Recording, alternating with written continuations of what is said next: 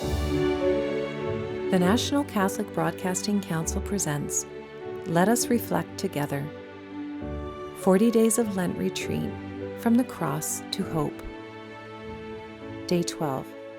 Stories from the Church on the Street, Light in Darkness, with Deacon Robert Kinghorn.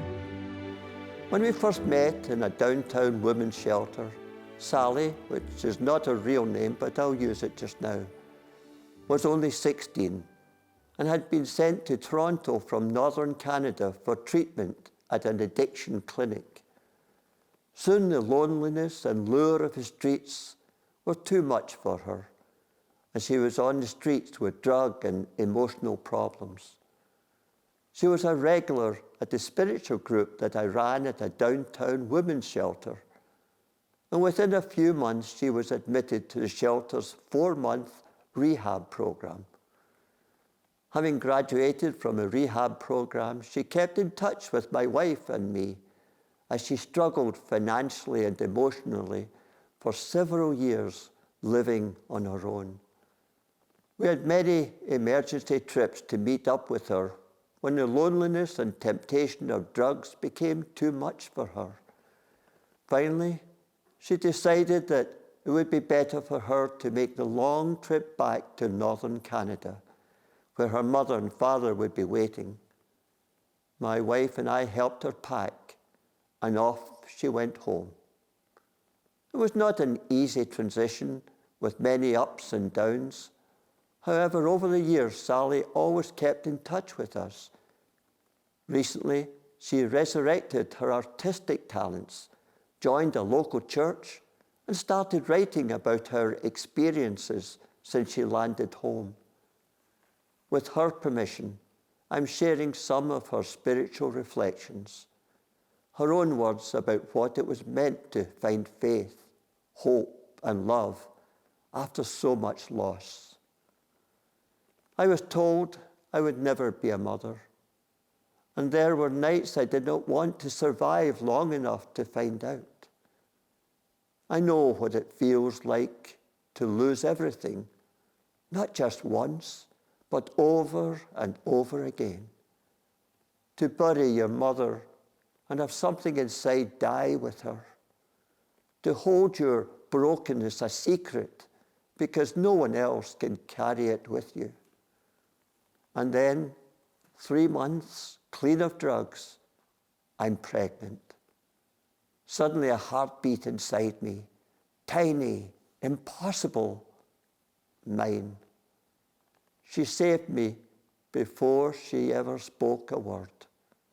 My daughter was the reason I stayed, not just alive, but present, awake and feeling hope. Sally continued, when I thought I had nothing else to lose, I lost my father. My daughter cried for him like she lost her whole world. I kept going. I kept choosing the light. My daughter looked at me as if I was her whole world, and maybe I am. She said, our story is not just about pain. It's about rising. It's about God who shows up in the middle of the fire and walks you out of it.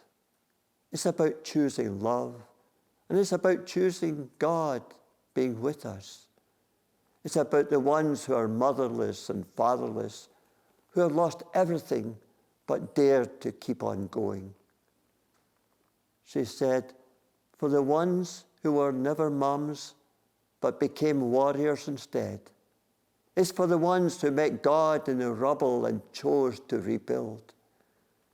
Tonight, I whispered the same bedtime prayer my dad used to say with me when I was a little girl.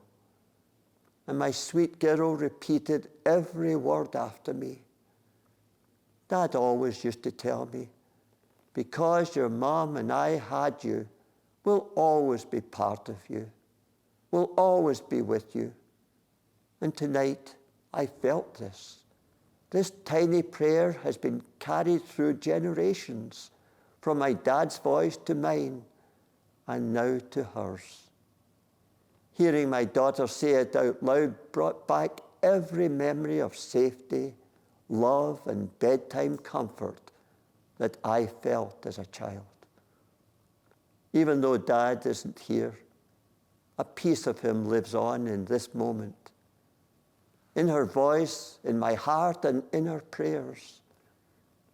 Sally shared this prayer as a gift from her father. In my little bed I lie. Hear me, Father, hear my cry. Lord, protect me through the night and bring me safe till morning light. Sally concluded her sharing with me by saying, some memories become traditions. Some traditions become treasures, and this now is one of mine. Have you ever felt too broken to be loved, too lost to be found, too far gone to be forgiven? This is my story. Join us tomorrow for Day 13, Stories from the Church on the Street, Dignity in Waiting, with Deacon Robert Kinghorn. For more information, please email us at info@ncbc.ca, visit our website at dailytvmass.com, or call our office toll-free at 1-888-383-6277. For information on how to order Deacon Robert's latest book, The Church on the Street, Ministry of Presence, email us at info@ncbc.ca.